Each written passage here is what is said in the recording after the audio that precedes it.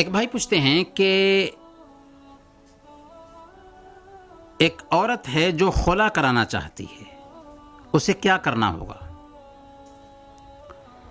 دیکھیں، خلا کسے کہتے ہیں؟ ایک عورت کو یہ اختیار دیا ہے شریعت نے کہ اگر اس کا شوہر اس کے حساب سے صحیح نہیں ہے اور شرعی کوئی عذر پایا جاتا ہے تو وہ اپنے شوہر سے جدائی اختیار کر سکتی ہے اور اس کو ہم خلا کہتے ہیں۔ لیکن بغیر کسی شرعی عذر کے ایک عورت کے لیے جائز نہیں ہے کہ وہ اپنے شوہر سے خلا لے۔ اللہ کے نبی صلی اللہ علیہ وسلم ارشاد فرماتے ہیں ایما امرأۃ سألت زوجہا الطلاق من غیر ما بأس فحرام علیہا رائحۃ الجنہ۔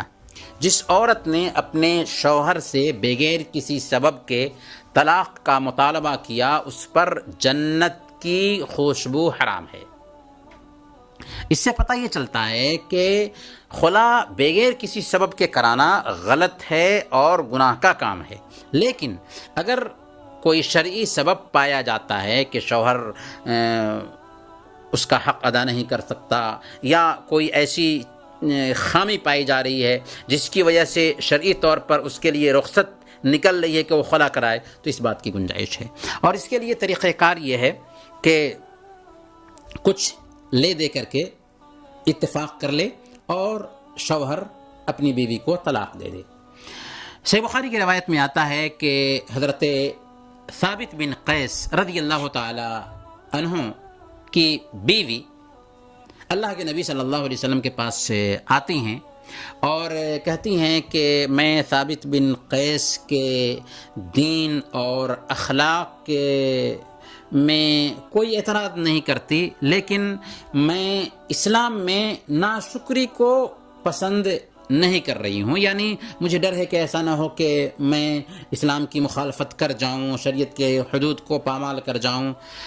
اللہ کے نبی صلی اللہ علیہ وسلم سمجھ گئے کہ شاید وہ خلا کرانا چاہتی ہیں، تو اللہ کے نبی صلی اللہ علیہ وسلم نے ان سے کہا تھا کہ کیا تم ثابت بن قیس نے جو تجھے باغ دیا ہے مہر کے طور پر اس کو لوٹا دو گی؟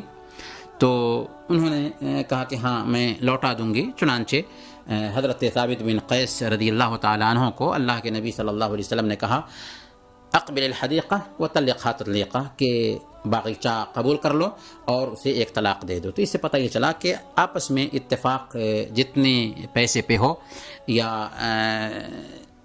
جتنی قیمت پر ہو، اتفاق کی بنیاد پر خلا ہو سکتا ہے۔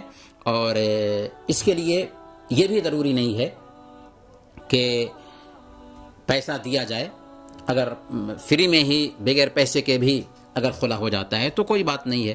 اگر شوہر نے پیسے کا مطالبہ کیا تو اس بات کی گنجائش پائی جاتی ہے، لیکن بہت سارے لوگ یہ سمجھتے ہیں کہ مہر دے دینا یہ کافی ہے خلا کے لیے، کیونکہ عام طور پر شادی کرتے ہیں تو لوگ مہر نہیں دیتے، تو مہر کو روک کر کے رکھنا یہ صحیح بات نہیں ہے۔ مہر شادی کے فوراً بعد دے دینا چاہیے، لیکن مہر کی ادائیگی نہیں کیا تھا تو ظاہر سی بات ہے کہ بعد میں شوہر اگر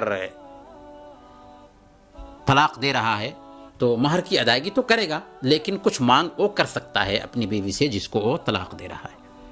وصلی اللہ علی نبینا محمد وعلی آلہ وصحبہ اجمعین۔